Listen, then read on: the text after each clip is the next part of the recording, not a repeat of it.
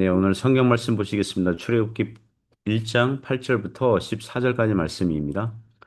요셉을 알지 못하는 새 왕이 일어나 애굽을 다스리더니 그가 그 백성에게 이르되 이 백성 이스라엘 자손이 우리보다 많고 강하도다.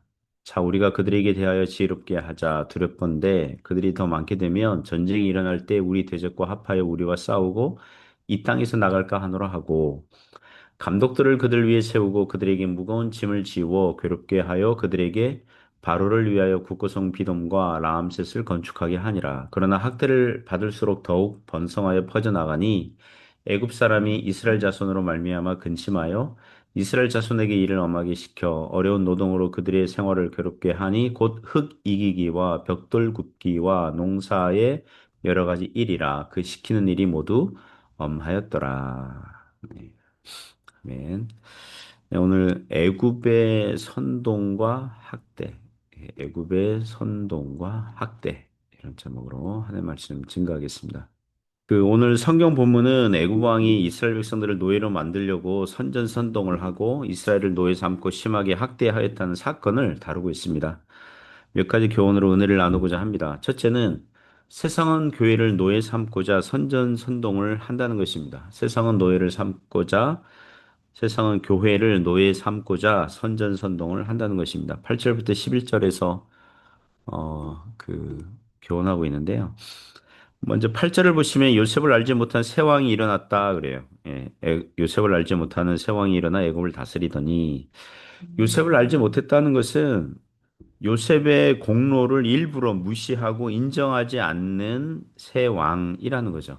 이 왕은 애굽 고센 땅에 살고 있는 이스라엘 백성들을 고의적이고 의도적으로 노예 계급으로 만들기 위해서 자기 본국 백성들을 선전선동합니다. 구절을 보면 자기 백성들을 설득하죠. 이스라엘 자손이 우리보다 많고 강하다 그래요. 이것은 과장된 거짓말입니다.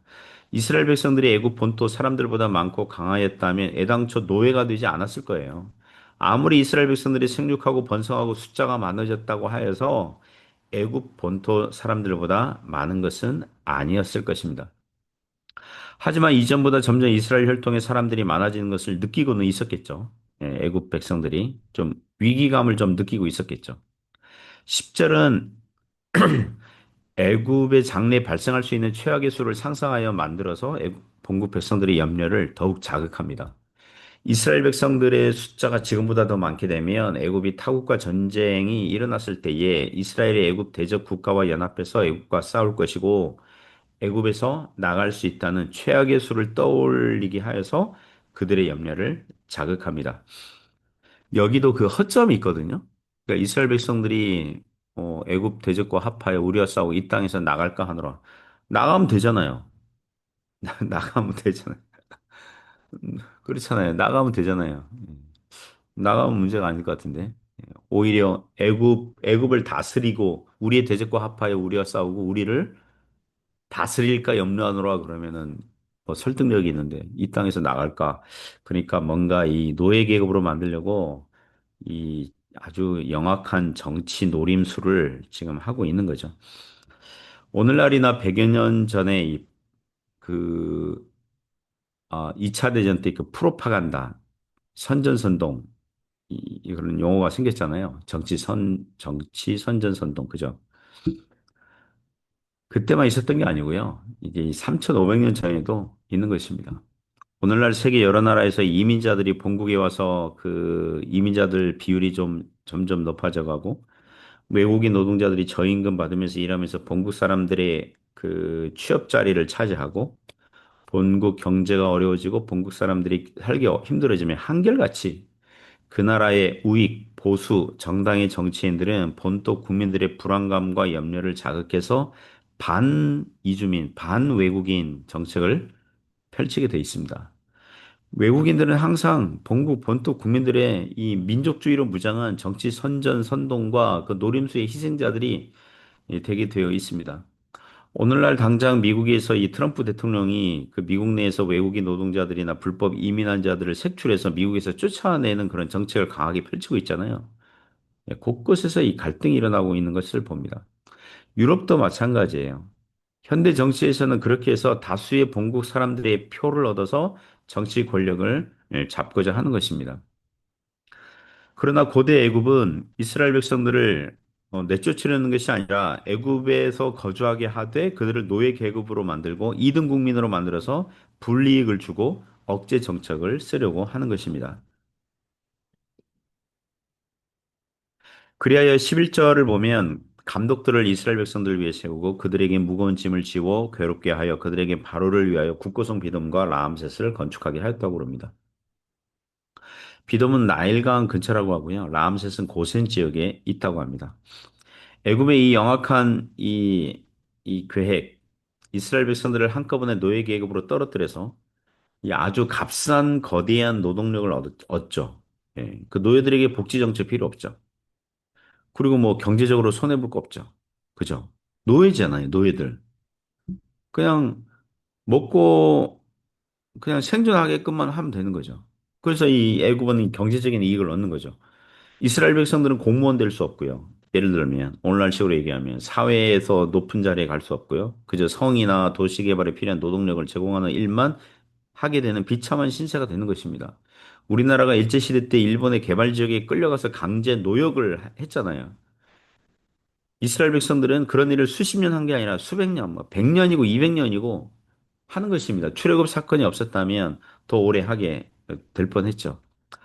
이것을 오늘날 신앙적인 관점으로 보면 세상은 교회를 세상과 비슷하라고 선전선동하고 있다고 봅니다. 교회에게 끊임없이 세상 방식을 따르라고 하죠.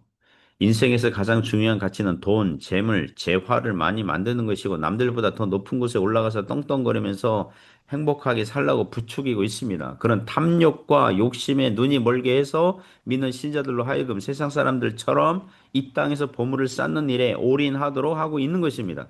섬겨야 할 하나님을 도우미 정도로 전락시키고 자신의 탐욕과 욕심을 도와줄 도우미로 전락시키고 자신의 욕심과 탐욕을 우상처럼 섬기는 세상 재물들을 많이 모으는 거기에만 올인하게 하는 겉으로는 기독교인이지만 속으로는 온통 재물신을 섬기는 자가 되도록 선전선동하고 있다는 것입니다. 사랑하는 성도 여러분, 지혜롭게 분별하는 은혜가 있길 바랍니다.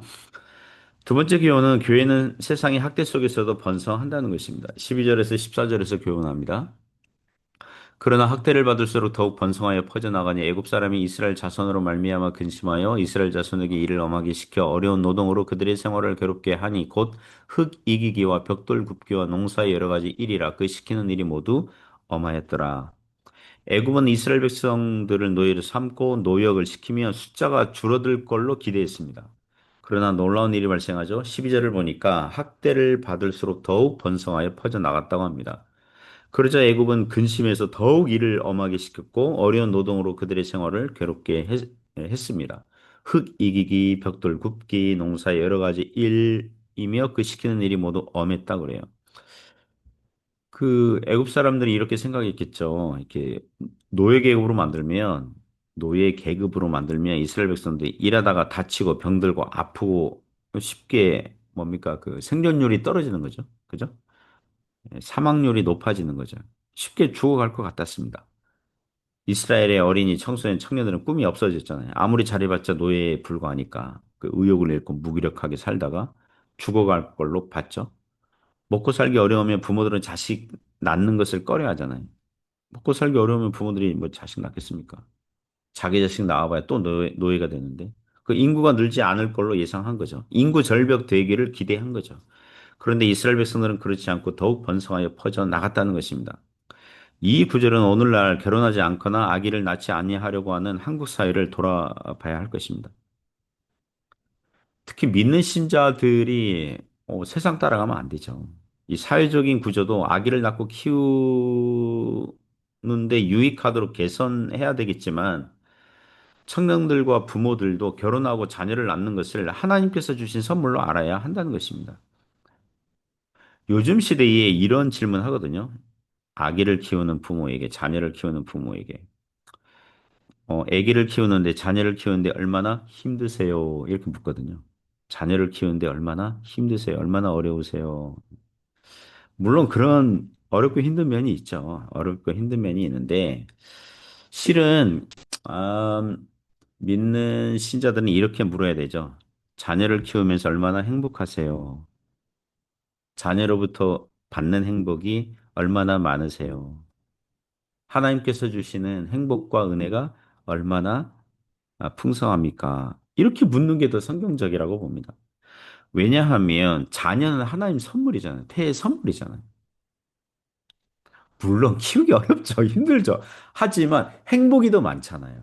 자녀들이 부모에게 주는 행복이 더 많잖아요. 하나님께서 자녀들을 통해서 부모에게 그 주시는 행복, 감사, 이게 더 많잖아요. 오늘 말씀은 사도행전에서 교회가 세워지고 세상이 유대인 사회가 교회를 박해하고 핍박하면 할수록 교회는 말씀이 흥왕하고 믿는 자들의 수가 더하여 갔다는 사건을 떠올리게 합니다. 사도행전 9장 31절 보시면 바울의 회심 사건에 이어서 나오는 구절인데요. 그리하여 온 유대와 갈릴리와 사마리아 교회가 평안하에 든든히 서가고 주를 경외함과 성령의 위로로 진행하여 수가 더 많아지니라. 이렇게 말씀합니다. 사랑하는 성도 여러분, 주님의 사람들은 주님을 섬기는 가정과 그 자녀들은 주님을 믿는 신앙 공동체, 교회는 세상이 박해가 심하고 핍박이 더할수록 광야 같은 세상이 힘들면 힘들수록 하나님께서 힘 주셔서 더욱 강하고 견고하며 신앙이 좋아지고 하나님을 더 잘 섬기게 될 줄 믿습니다. 그런 은혜가 있기를 원합니다. 사랑하는 성도 여러분. 세상 살기 어렵습니까? 그러나 하나님 주시는 행복이 더 많잖아요. 감사거리가 더 많잖아요. 그래서 하나님을 더욱 섬기는, 바라보는 저와 여러분 되시기를 바랍니다.